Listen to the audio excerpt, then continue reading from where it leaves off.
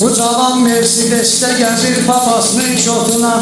Bu cavan Mercedes'te gezir papasının şotuna. Ercü parmazonlu görkezir papasının şotuna. Ercü parmazonlu görkezir papasının şotuna.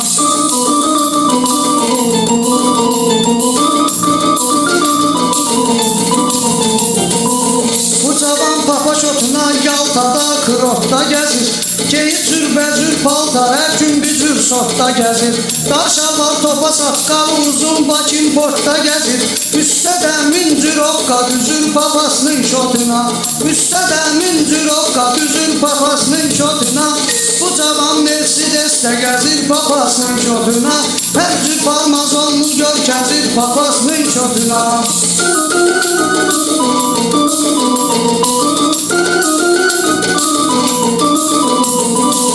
Özlüyündə fikirləşir ki, ağır rəstə gedir. Beləsinin həyatı həqiqi interestə gedir. Bir gün Fordda gedir, səhəri Mercedes'də gedir. Paşdı hər gün bir maşın əzir papasının şotuna. Paşdı hər gün bir maşın əzir papasının şotuna. Bu cavan Mercedes'də gəzir papasının şotuna. Hər cür parmazonlu görkəzir papasının şotuna.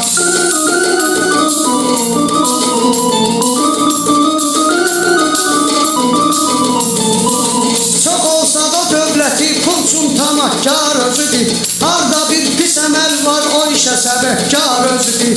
Kimə gəldi ilişir ay kişi günahkar özüdür.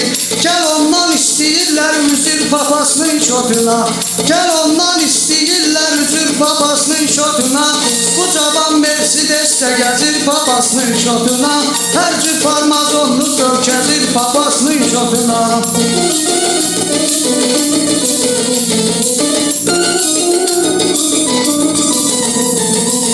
Belesine cavan deyəndə sanki bağrım qan olur. Adam istər istəməz bu cür insandan yan olur. Kim onun xehrinə dəyir axırda peşman olur. Çoxunu eyləyib müntəzir papasının şotuna. Çoxunu eyləyib müntəzir papasının şotuna. Bu cavan Mercedes'də gəzir papasının şotuna. Hər cür parmazonlu görkəzir papasının şotuna.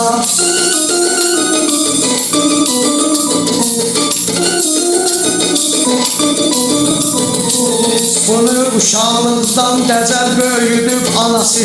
Papanın şəhərdə var bir böyük mehmalxanası. Hələ kirayədə var neçə ofisi çayxanası. Bu da onlardan alır nəzir papasının şotuna. Bu da onlardan alır nəzir papasının şotuna. Bu cavan Mercedes'də gəzir papasının şotuna. Hər cür parmazonlu görkəzir papasının şotuna.